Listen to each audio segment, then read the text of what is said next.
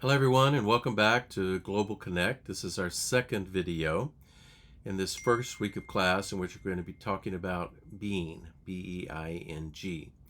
And last time we talked about Genesis chapter 1, especially the Imago Dei concept of being image bearers of God. I want us to look at the second creation account right now, which is found in Genesis chapter 2.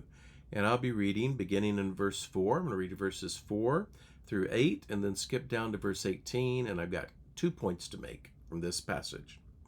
On the day Yahweh Elohim, notice the difference there, Yahweh Elohim made the earth and sky, when no bush in the field was yet on the earth, and all the vegetation of the field had sprung up, for Yahweh Elohim had not caused it to rain on the earth, and humankind was not there to till the ground. But a stream rose from the earth to water the whole surface of the ground.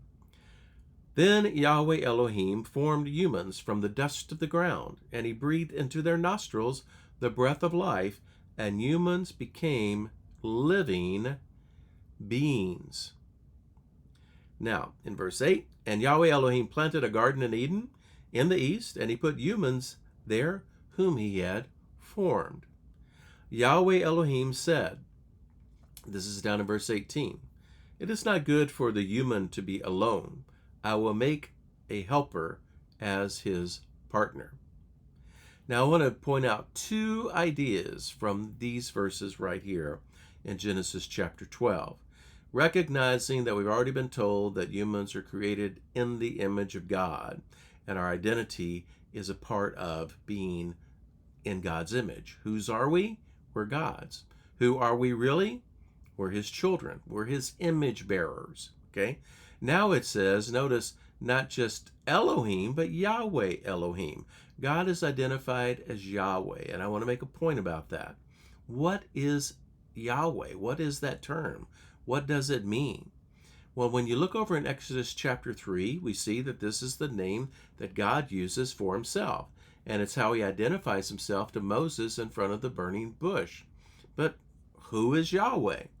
The word Yahweh is built on the Hebrew verb of be, or to be.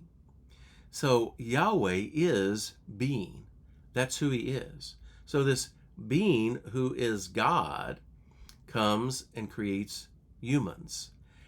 Our whole essence is drawn up by being in God, who is the being who is God.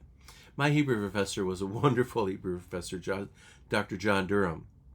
And when he would get to this term Yahweh in the Old Testament, he would often translate it as simply is. Is Elohim. Is. That God is present. God is. God is being. That's who God is. And he chooses us to be his image bearers. So we are bearing the presence and the image of God wherever we go. Now, second thing I want you to notice here is in verse 7. Then Yahweh Elohim formed humans from the dust of the ground, and he breathed into their nostrils the breath of life, and human beings became living beings. We owe our existence to God, the being, Mr. Is, the ising one, however you want to say that, Yahweh, okay? And we owe our being from him. So this is kind of a continuation of this idea of being an image bearer. Whose are we? We're God's. Who are we really? We are God's.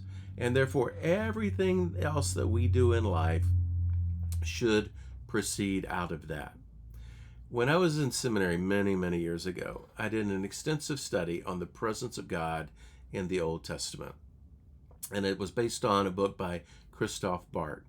And one of the things that I learned in that study was that how God is always present with his people. He's always there. Even when it seems that he's hiding. Even when the psalmists cry out, God, where are you? God is there. Because God is being. And being means that he's present.